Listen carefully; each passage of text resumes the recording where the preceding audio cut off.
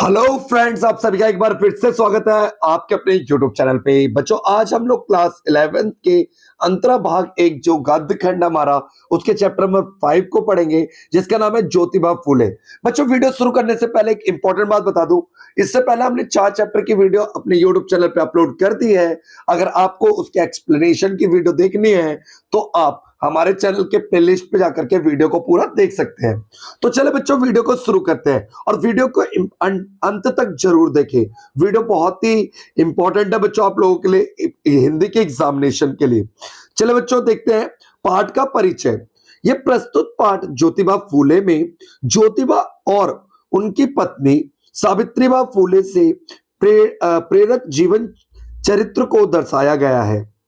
शिक्षा का सभी जाति वर्ग वर्ण पर समान अधिकार है और उसके लिए फूले दंपत्ति ने जो संघर्ष किया है उसे बताने का प्रयास किया गया है। फूले दंपत्ति ने अछूतों, शोषितों, महिलाओं, विधवाओं आदि के उद्धार का प्रण लिया है और उसके लिए संघर्ष भी किया। इन दोनों ने उस समय में प्रचलित सामाजिक विषमता का मतलब होता है बच्चों समाज में ऊंच नीच रूढ़ियों का विरोध किया और समाज के निचले वर्ग के अधिकारों के लिए लड़ाई लड़ी। आगे देखते हैं बच्चों, उन्होंने ब्राह्मण्यवादी और पूंजीवादी मानसिकता के विरुद्ध आवाज उठाया। उनका मानना था कि शिक्षा पर केवल उच्च वर्ग का ही एक अधिकार नहीं है, केवल किसी वर्ग विशेष के लिए शिक्षा व्यवस्था को वह किसी काम ही नहीं है। उन्होंने शिक्षा पर सभी का हक है और शिक्षा ही समाज में सभी को समानता व शोषण से मुक्ति दिला सकता है, इस बात पर बल दिया। उनका मुख्य रूप से इस बात पर बल रहा है कि समाज में स्त्री व पुरुष बराबर हैं और पुरुषों की भांति ही स्त्रियों को भी शिक्षा प्राप्त करने का बराबर का अधिकार है। इस बात के लिए दोनों दंपतियों को समाज का तिरस्कार व विरोध भी सहन करना पड़ा। यह पाठ उनके लिए संघर्ष, समाज सुधार के मार्ग में आने वाली बाधाओं और उससे लड़ने की कहानी बताता है। तो बच्चों, यह हमारा पाठ परिचय हुआ। चलिए अब स्मरणीय बिंदु, कुछ इंपॉर्टेंट पॉइंट्स देखते हैं इस चैप्टर के। लेखक द्वारा प्रसिद्ध समाज सुधारक ज्योतिबा फूले और उनकी पत्नी ने के द्वारा शिक्षा एवं सामाजिक क्षेत्र में किए गए कार्यों का वर्णन किया गया है इस पाठ में। किंतु सामाजिक विकास के आंदोलन में 5 प्रमुख लोगों में उनका नाम नहीं लिया जाता है, क्योंकि सूची को बनाने वाले उच्च वर्ग के प्रतिनिधि थे। ज्योतिबा फूले ने पूंजीवादी पुरोहितवादी मानसिकता पर खुला हमला बोला। वर्ण जाति वर्ग व्यवस्था में निहित शोषण प्रक्रिया को एक दूसरे का पूरक बताया।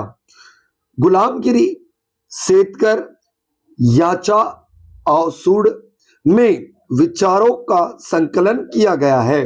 उनके मतों, जिस परिवार में पिता बौद्ध, माता ईसाई, बेटी मुसलमान और बेटा सत्यधर्मी हो, वहां आदर्श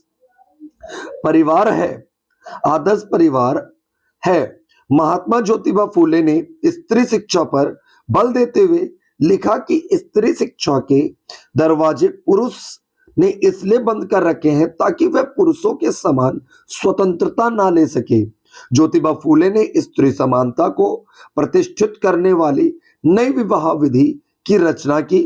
उन्होंने अपनी इस नई विधि से ब्राह्मण का स्थान हटा दिया। उन्होंने पुरुष प्रधान सांस्कृतिक समर्थन और स्त्री की गुलामगिरी सिद्ध करने वाले सारे मंत्र हटा दिए। उसके स्थान पर ऐसे मंत्र रखे जिन्हें वर वधु आसानी से समझ सकें। उम्मीद करता हूं बच्चों इतना समझ आ रहा होगा आपको। आगे देखते बच्चों, 1888 में ज्योतिबा फूले ने महात्मा की उपाधि को लेने से यह कहकर इनकार कर दिया कि इससे मेरे संघर्ष का कार्य बाधित होगा। उनकी कथनी उनके आचरण और व्यवहार में उतरती हुई दिखाई देती थी। स्त्री शिक्षा के समर्थन में ज्योतिबा फूले ने सबसे पहले अपनी पत्नी को शिक्षित किया, उन्हें मराठी अंग्रेजी भाषा में पारंगत किया। पारंगत मतलब परफेक्ट। सावित्रीबाई को पढ़ने की रुचि बचपन से ही थी। एक बार बचपन में लाट साहब ने उन्हें एक पुस्तक दी। घर पहुंचने पर पिता ने वह पुस्तक कूड़ेदान में फेंक दी।